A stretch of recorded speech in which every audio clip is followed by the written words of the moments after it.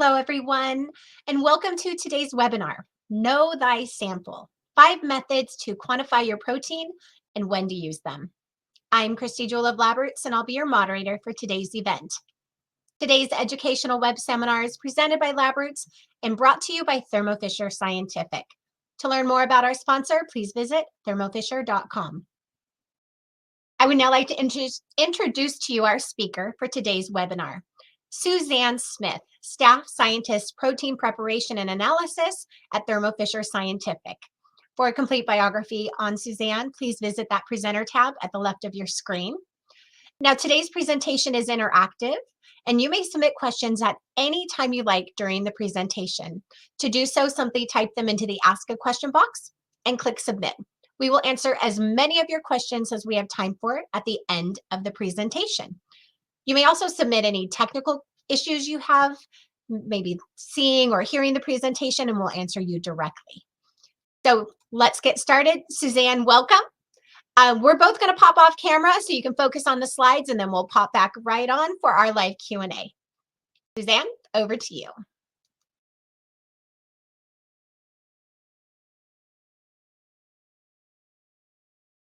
Thank you for the introduction and the opportunity to speak here. As mentioned, I am Suzanne Smith, a staff scientist in the Research and Development Department at Thermo Fisher Scientific.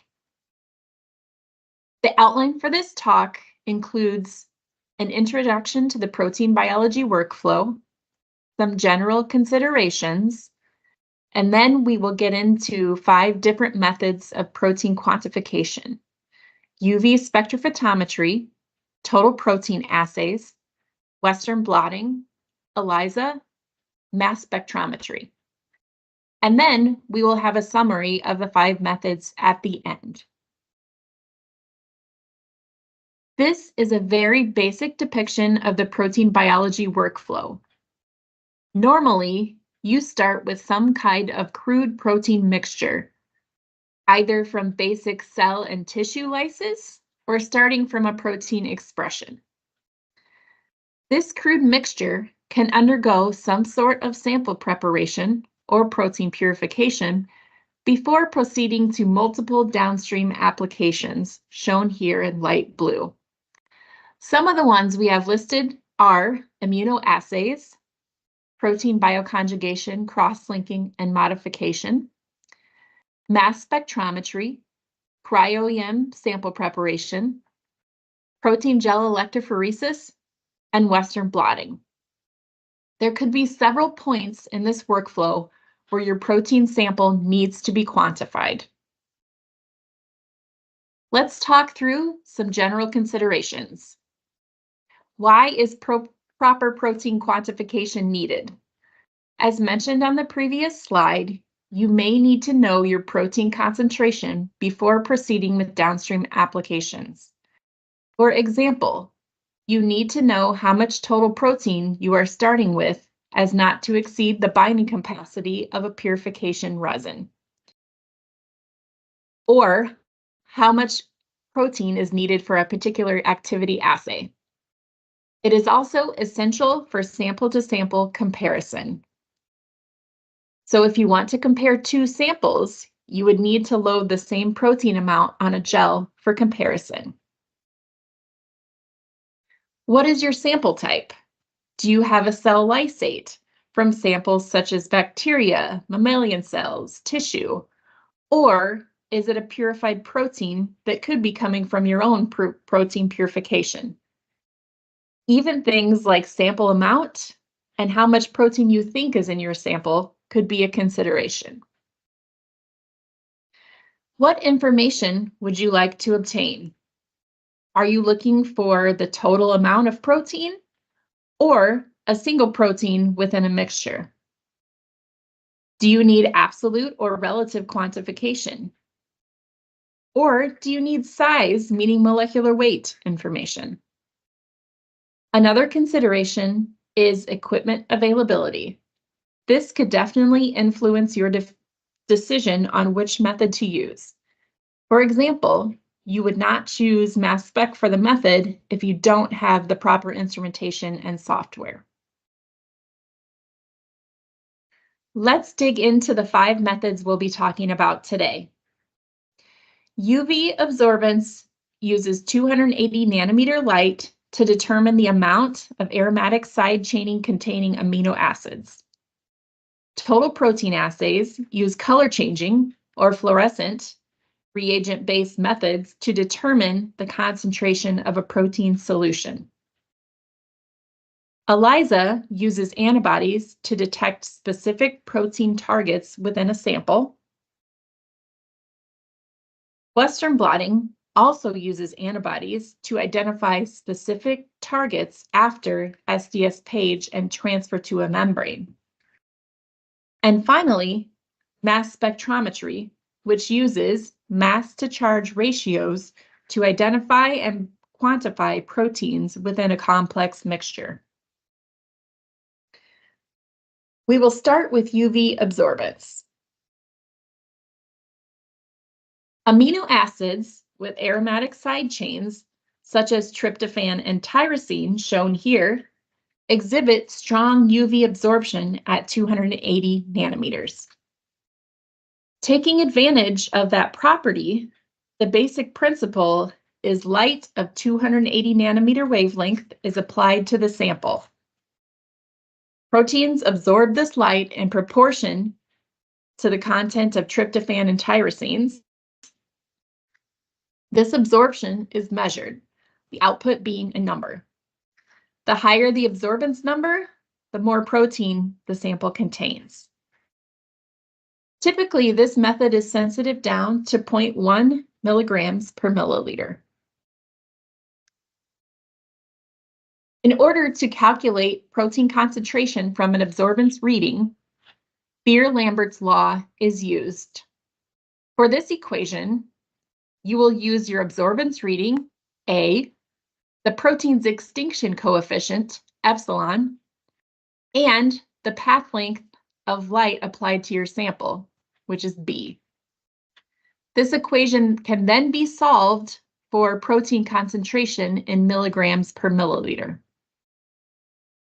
Each protein has a different extinction coefficient based on its amino acid sequence and structure. For example, an IgG molecule has an extinction coefficient of 13.7, which you can see being used on this example on the right. With a reading from the absorbance of 2.99, an extinction coefficient for the IgG of 13.7, and a light path length of 1 centimeter, you can use Beer-Lambert's law to determine that the protein concentration of your solution is 0.22 milligrams per milliliter. A280 can also be used as a basic estimate for complex mixtures, such as a cell lysate. Although, since the extinction coefficient for every protein in the sample is not known, a general rule of 1 absorbance equals 1 milligram per milliliter is used. Keep in mind that because of this, it won't be absolute quantification, but could be used for relative quantification. Some advantages of A280 as a protein quantification method is that it's fast and there are no extra reagents to purchase. It's definitely ideal for purified proteins with known extinction coefficients. However, knowing the extinction coefficient can also be a limitation. Only estimated concentrations can be obtained for complex samples such as a lysate. There are also interfering substances that may hinder an accurate reading. For example, nucleic acids and some detergents absorb strongly in the A280 region, which could hinder your reading. Also, a decent amount of sample needs to be used. This could be up to 300 microliters. However, the Thermo Scientific nanodrop has removed sample availability as a limitation. It is a pedestal-based spectrophotometer that needs only about 2 microliters of sample to get the A280 reading. Next, let's consider total protein assays as a method of protein quantification. Total protein assays are a reagent-based method used to determine the concentration of a protein solution by measuring a change in color or fluorescence. It is based on creating a standard curve using a model protein, such as BSA or BGG, to calculate your sample concentration. These assays can be performed in a test tube using about 100 microliters of sample, or more typically in a 96-well plate using only about 10 microliters of sample. Sensitivity can vary based on the assay chosen, but it generally is accurate down to 20 micrograms per milliliter. Total protein assays are the best assay for complex samples, such as cell lysates. We will further discuss two main types of protein assays: copper reduction assays, such as the BCA, and dye binding assays, such as the Bradford or fluorescent reagents.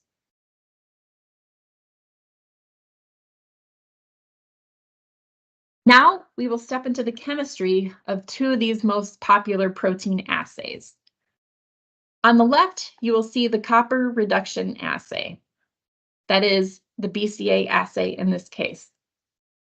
In a basic environment, a protein sample mixed with a copper-2 solution will reduce this copper to copper-1 by the Biuret reaction. Copper-1 is then chelated by the BCA reagent to create a color change from a light green-blue to differing shades of purple. You can see on the left an example of how increasing protein concentrations give more of a purple color, with an absorbance max at 562 nanometers. Let's look at the dye binding assay, in this case, the Bradford assay. In an acidic environment, the Bradford reagent will bind to the proteins within a sample by van der Waals or hydrophobic interactions to create a color change from this darkish green to a brighter blue with an absorbance max at 595 nanometers. You can see the color change here with no protein and a sample with protein that turns blue. The same principle can be applied to some fluorescent assays as well.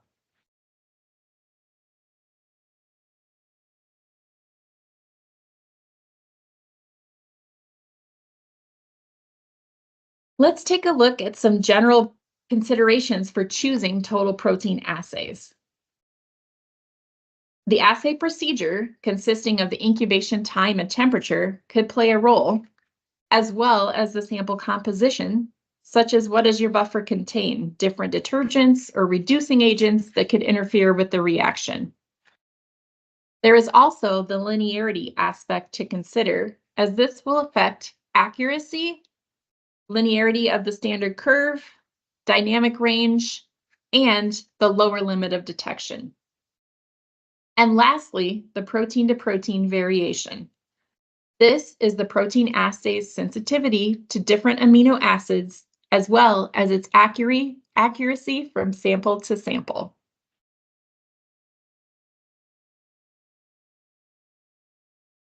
Here is a table showing comparisons between the BCA assay, the Bradford assay, as well as fluorescent dye binding assays. You can see the assay protocol differs for incubation time and temperature, depending on the assay chosen. The standard curve linearity is also variable.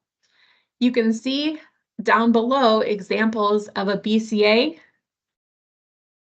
standard curve as well as a fluorescent standard curve showing great linearity. Looking in the middle, you can see the Bradford is less linear than the other two assays. These assays also vary with their compatibility with different buffer components, mainly detergents and reducing agents. In addition, fluorescent assays may be better for lipid-containing proteins. BCA has the lowest protein-to-protein variability. I have also listed several commercially available examples from Thermo Fisher Scientific, such as the BCA protein assay, the Bradford Plus protein assay, and the Qubit BR assay kits. Moving on, we will now discuss ELISA, which uses antibodies to detect a specific protein in a sample mixture. ELISA stands for Enzyme-Linked Immunosorbent Assay. The basic description is a target protein or capture antibody is immobilized onto a 96-well plate. This is then incubated with a target antibody that is linked to a reporter enzyme. Detection is measuring the activity of this reporter enzyme by addition of a substrate to produce a measurable product, such as a color change.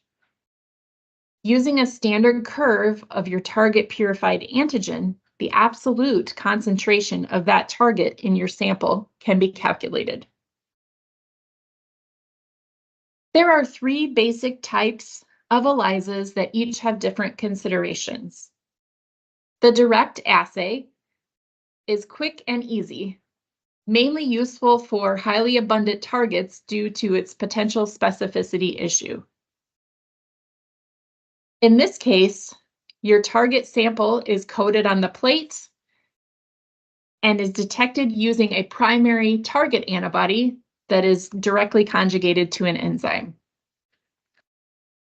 An indirect assay consists of coating on the plate, then detecting with a labeled primary antibody.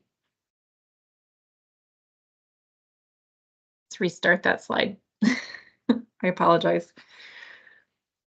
There are three basic types of ELISAs that have different considerations.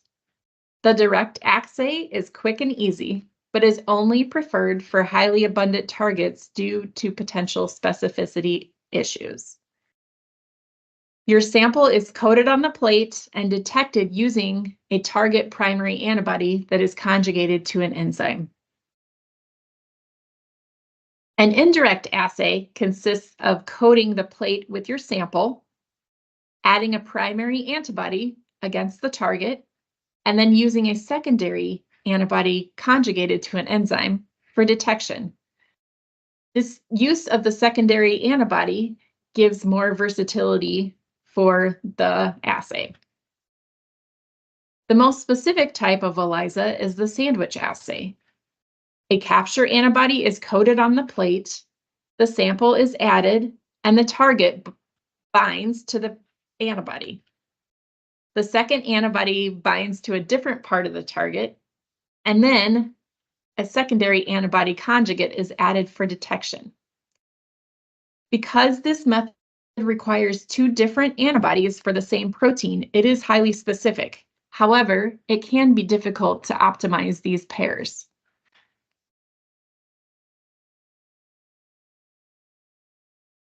Some advantages of ELISAs are that you are able to obtain absolute quantification of a target protein within a complex mixture. There are lots of commercially available kits with the potential to multiplex. However, it is difficult to build your own ELISA due to finding those matched antibody pairs. Because of the specificity and sensitivity using antibodies, this method can be expensive.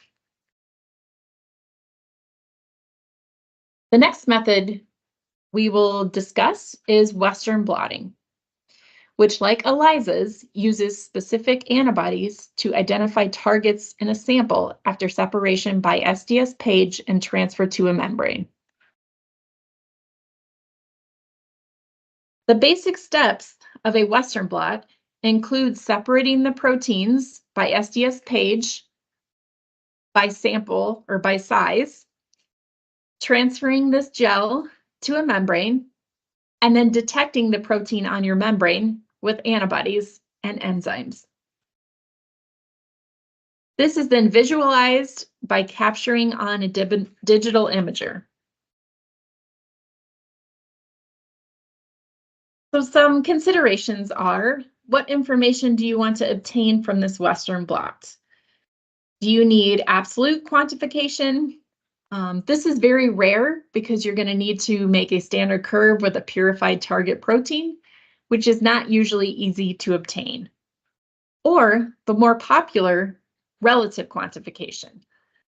This uses total protein normalization using different housekeeping proteins, such as GAPDH, or total protein staining as a method of normalization. This method can account for any differences between samples, including different amounts of protein loaded on the gel. There is a need for quantitative data from Western blots, but experimental variations can occur, such as inconsistent sample prep, unequal sample loading across the gel, or even uneven transfer of your proteins to the membrane. These all can affect your results. The solution is to do some sort of normalization, such as probing for a housekeeping protein, such as GAPDH mentioned previously, that should be equally present across all of the samples. As an example, in box A, you can see that sample 4 appears to have significantly less target than the other samples. However, when a housekeeping protein is used for normalization, here shown in the green, you can see that sample 4 actually just has less sample loaded, so the difference between these samples is not near as large as originally thought in box A. Another great option for Western blot normalization is the no-stain protein labeling reagent. Instead of relying on housekeeping proteins that get saturated with increasing amounts of protein loaded, this reagent labels every protein to allow normalization by using all those proteins, allowing for a more linear response with an increasing protein load. You can see the graph on the right showing the difference in linearity between the housekeeping proteins here in dark blue, light blue, and green, as well as the no-stain reagent in red. You can see as you increase the amount of helolysate loaded, the housekeeping proteins become saturated and no longer respond in a linear fashion. However, the no-stain reagent is clearly staying linear with more amounts of protein. The final method we will discuss today is mass spectrometry, which uses mass-to-charge ratios to identify and quantify proteins within complex mixtures. Mass spec proteomics can be split into two basic groups, discovery and targeted. Both start with a protein sample that is digested with trypsin into peptides. In the discovery workflow, these peptides are run on the mass spec and analyzed, leading to the relative quantification of the entire proteome. In a targeted workflow, these peptides, along with heavy amino acid labeled target peptides, are run on the mass spec, allowing for absolute quantification of those targeted peptides. Here, we are showing an example of relative quantification using mass spectrometry. On the right, you can see a graph with EGFR peptide intensities of 3 different samples. Here, we can say based on the intensity that this sample has more than that sample. Sample 2 has the most EGFR, while sample 3 has the least amount of EGFR. To get more specific relative quantification, tandem mass tags, or TMT reagents, can be used for multiplexing. These are amine reactive reagents that have different mass reporters that can be distinguished during a mass spec analysis. As an example, Using the TMT 18-plex, 18 different samples, or repeats of fewer samples, can each be labeled with a different TMT reagent. After labeling, all 18 samples can be mixed together and run as one sample on the mass spec. Not only can you say this sample has more than that sample, but using these tags allows for a more precise quantification in terms of fold differences. For example, this tumor sample has 6 times more ERBB2 than this normal tissue sample. For absolute quantification using mass spectrometry, heavy amino acid peptides matching the native sample target peptide are used to create a standard curve, an example shown down here. With this standard curve, the exact amount of a particular peptide or protein can be calculated. This is an example showing the absolute quantification of 11 different targets in the AKT pathway, all from the same sample. This is time-consuming to find the right peptide to synthesize, but there are some commercially available kits for certain pathways. For example, here you can see that this AKTS1 is present in the amount of 35 femtomoles in this sample. This method allows you to also look at multiple targets within one pathway. Let's go over a quick summary of the 5 different methods we spoke about. As we go through these methods, you will see that they increase in complexity. A280 is fast and doesn't require any extra reagents, but an extinction coefficient is needed for that absolute quantification and could require a large amount of sample. Currently, you can analyze one sample at a time using the A280 method. Total protein assays are also relatively quick, but require extra reagents as well as potentially a microplate reader. However, absolute quantification can be obtained for those complex samples such as lysate, with the ability to analyze multiple samples at the same time. ELISA takes longer and requires commercial kits or validated antibody pairs, but with these you can obtain absolute quantification of a specific target within a complex mixture. Multiple samples can be analyzed at the same time, and there is also the ability to multiplex. Western blotting requires more time as well and requires a significant amount of reagents, gels, membranes, blockers, antibodies, substrates, with multiple steps. You can obtain relative quantification of a specific protein in a complex mixture, especially among samples. There is a limited number of proteins that can be analyzed simultaneously, but multiple samples can be analyzed at the same time. And lastly, the most complex method discussed is mass spectrometry. This requires the most amount of time, as well as multiple reagents, instrumentation, software, and expertise. However, this does allow for proteome scale analysis, meaning you can look at all the proteins within the sample. And you can also quantify protein abundance, PTMs, and protein interactions. Absolute quantification requires a validated assay. And using TMT, multiple samples can be analyzed in one mass spec run.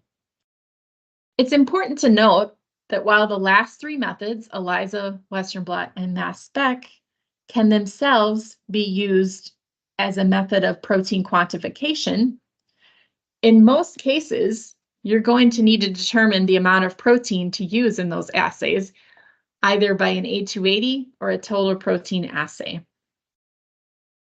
This is obviously not a complete list of all the possible protein quantification methods, But these show a range of complexity where different information can be obtained by each of the methods.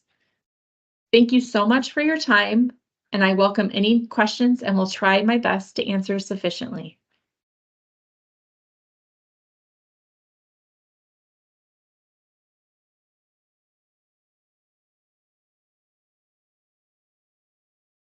Okay, well, welcome back, Suzanne. We're going to dive into our live Q&A now. So to our audience, just as a reminder, if you have any questions you'd like to submit, please do so now. Just type them into the Ask a Question box, click Submit, and we will answer as many questions as we have time for. Suzanne, we have so many, as you can see, that have already come in. So I am going to just dive in here. Let's see. Let's start with this one. Let's start with this one. I'm going to say this because we've received this question several times. Will this presentation be made available after the webinar? Yes, after our live presentation today, we will be sending you an email when the replay is available, and it's available for unlimited on-demand viewing for 1 year. So you'll get an email letting you know when it's available. Okay. So let's get that one out of the way. Let's jump into this next one. Suzanne, would the extinction coefficient be different for a protein based on the mode of preparation, source, matrix? I think in most cases, no, right? Since it is based mainly on the structure. I could maybe see some cases where if it was completely denatured, that may change it. But I feel that in most cases, it's going to be the same, whichever buffer it's in. Excellent. Thank you. And our next question, does the Bradford assay detect peptides and free amino acids? Okay, so that's a good question. So in terms of the free amino acids, it's not necessarily going to detect those because you do need that peptide bond there in order for the Bradford reagent to bind and change color. It doesn't necessarily detect the peptides either because they may be too short. So your sensitivity is going to be significantly lower. We do, for peptide quantification, we would recommend using a specific peptide quantification assay, such as two of the ones that Thermo Fisher offers are a colorimetric version as well as a fluorescent version for peptide quantification. Very good. Thank you. Next question. 2 parts. How do I know if what protein assay is compatible with my sample? And what if I work with different types of samples? Is there a protein assay that offers a broader compatibility?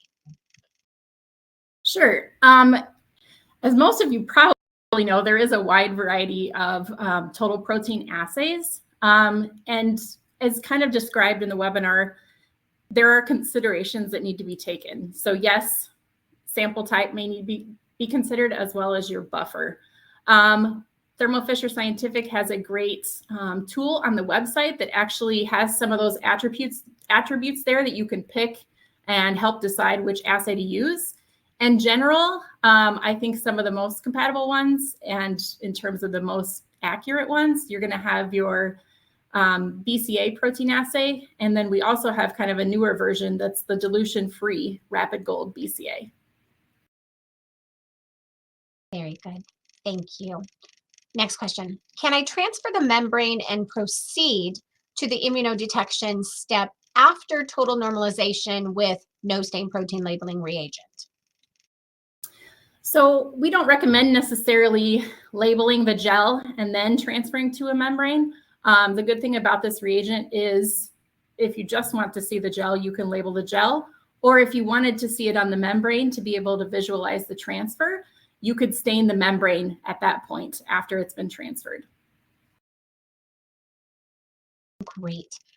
Our next question asks, can I use ImageJ for total protein normalization of Western blotting data? Yes, absolutely. You definitely can. Any software that's going to measure densitometry of a certain area. We've definitely integrated the software for the iBright to where you can actually do it online in a very quick amount of time. Great. We have time for a couple more. Are ELISA kits designed for particular sample types? Okay, so in general, yes, most ELISAs use a serum-based diluent for the standard curve. And it's important that your sample has a similar matrix to the one that's used to prepare that standard curve, as the matrix can definitely have an effect on the results or binding with the antibody, right, which would affect your results. However, if your sample is not serum, it might be possible to create your own matrix diluent. For example, if your sample is from cell culture supernatants, you could use the culture medium as a diluent with your standard curve. Great. Is there a general protocol for preparing peptides from a protein sample? Yeah, that's a great question. And unfortunately, there are so many methods out there to obtain peptides from your protein sample. However, here at Thermo Fisher Scientific, we're trying to help standardize that preparation by offering different sample preparation kits known as the EasyPep Mass Spec sample prep kits. We have both a magnetic version and another resin-based kit, and they include everything from the lysis reagent all the way down to peptide cleanup. Thank you, Suzanne. And I think we can squeeze in one more question. Is densitometry a good option for quantifying IDPs? For IDPs, do we have a... Oh, is it ADPs or IDPs?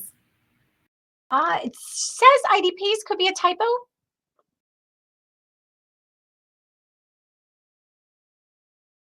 Okay, that one we might have to get back to you just so we understand your question. So we can definitely take that one offline and get an email back to you. Absolutely. And we do have your email address, so we can reach out to you for more clarification on your question. Perfect. So it looks like this is all the time we have for our Q&A. Suzanne, do you have any final comments for our audience? Well, I want to thank you all for listening, and make sure you visit our website, Thermo Fisher Scientific. We have a lot of different resources available for looking at these different methods, as well as products that would be in those categories. So thank you very much. And thank you, Suzanne, for your time and your valuable information.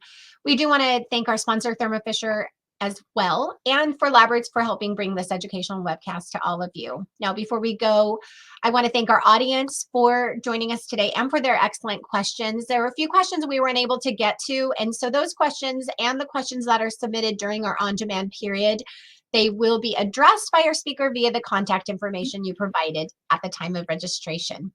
So today's webcast can be viewed on demand, and Laboratories will alert you via email when it's available for replay. We encourage you to share that email with your colleagues and your friends who may have missed today's live event. That's all for now. Thank you all for joining us. Suzanne, thank you again for your time today. Have a great day, everyone.